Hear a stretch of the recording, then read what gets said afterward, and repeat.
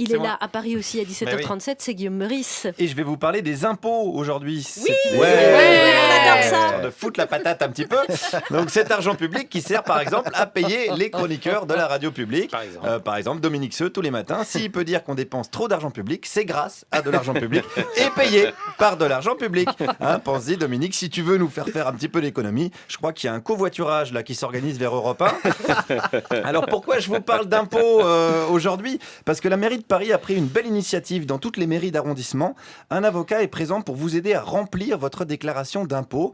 Opération qui a pour nom de code Thomas Thévenoud. Et moi, j'ai choisi le 7e arrondissement de Paris. Voilà, celui de Rachida Dati.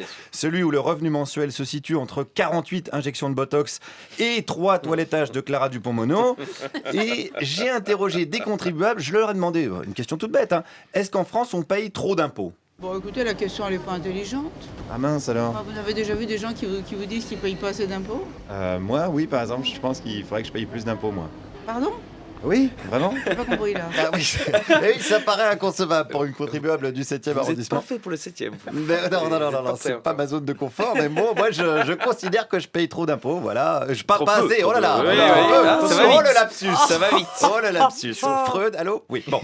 Non mais c'est vrai que je suis... c'est vrai que je suis très très bien payé pour dire des conneries, voilà, c'est mon point commun avec Eric Ciotti.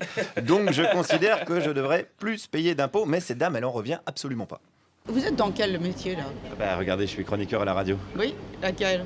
France Inter. Ouais, France Inter. Et encore que non, je peux pas le voir, votre bonhomme, là, qui passe à C'est à vous le soir, cette espèce d'enfoiré de gauchiste. Mais c'est honteux! Ah, alors ça c'est pour toi Patoche, si tu nous écoutes. En revanche j'espère que Lagardère est au courant que Patrick Cohen est un gauchiste parce que ça va lui faire tout bizarre.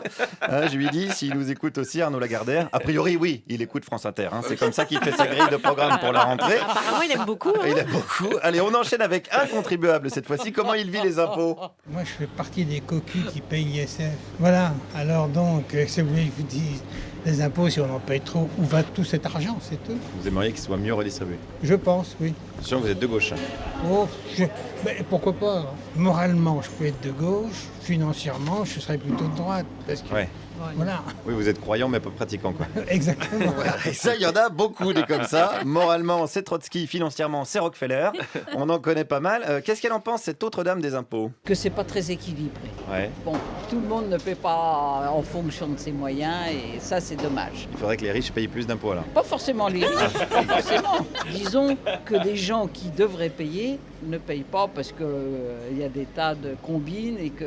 Ah bah ça c'est les riches alors. Non, des gens qui sont aisés et qui se débrouillent. Ah voilà, des gens C'est ça aisés. Voilà, des gens aisés et qui... Pour pas dire des riches. Ouais, si vous voulez.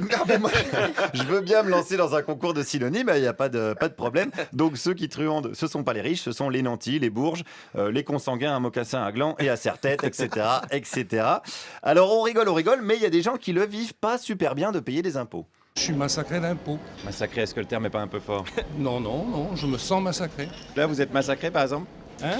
Ouais, je me sens tout le temps, je me lève massacré, je me couche massacré. Je suis de mauvaise humeur, voilà. Oui, d'une humeur massacrante. Hein. Il est massacré. Alors le terme est fort, mais bon, le Rwanda à côté, je suis désolé, c'est que dalle. Les Tutsis, ils n'avaient pas le 3e tiers provisionnel à payer, je vous le rappelle. Donc je pense qu'il faut relativiser quand même les choses. Et vous allez relativiser en entendant le témoignage de cette dame. C'est inouï, inouï. Pratiquement tout ce qui, enfin, la moitié des revenus repartent. Mais ça va, vous arrivez à finir le mois quand même? On arrive à finir le mois, ben Dieu merci, parce qu'on ne fait aucune folie. Hein. Moi, je ne me fais pas aider à la maison. Oh putain, arrête, parce que non, parce que moi je suis assez sensible à la misère humaine. Quelqu'un qui a même pas les moyens d'avoir des domestiques, ça me fait un petit pincement au cœur. Je suis désolé de vous faire subir ça, hein, mais s'il y a des smicards qui nous écoutent, ils doivent savoir hein, le drame que vivent leurs compatriotes. Et puis en plus, attendez, parce que cette dame, c'est pas le seul drame qu'elle a à gérer. Moi, j'ai eu le malheur d'hériter d'une petite maison en Corse. Vous avez eu le malheur d'hériter de ça? J'ai eu le malheur d'hériter de ça. Là, vous avez pas eu de bol pour le coup. Non, j'ai pas eu de chance. C'est une petite maison, hein. C'est 80 mètres carrés, c'est pas un château. Ah hein. bah heureusement que c'est pas un château, putain, c'est déjà un malheur suffisamment grand d'avoir une résidence secondaire sans rien foutre. Heureusement qu'elle a pas hérité de Versailles, la pauvre femme. Terrible ce qui se passe en France en ce moment. Allez, concluons avec cette même contribuable qui nous parle de sa sœur. J'ai ma propre sœur qui vit en Belgique. C'est de l'exil fiscal alors ça? L'exil fiscal, absolument. Mais comment elle le vit ça alors? Très bien. Mais ça la gêne pas quand même de pas payer en France les instits, les profs, les infirmiers, les infirmières? Non, pas du tout. Elle s'en fout. Oui, oui. Voilà, la décontraction, c'est ça la clé, la décontraction. Voilà, c'est comme le fist fucking. D'ailleurs, on pourrait appeler ça le fisk fucking. Oh, merci Guillaume Meurice, parce que je comprends un petit peu mieux les problèmes de François Fillon.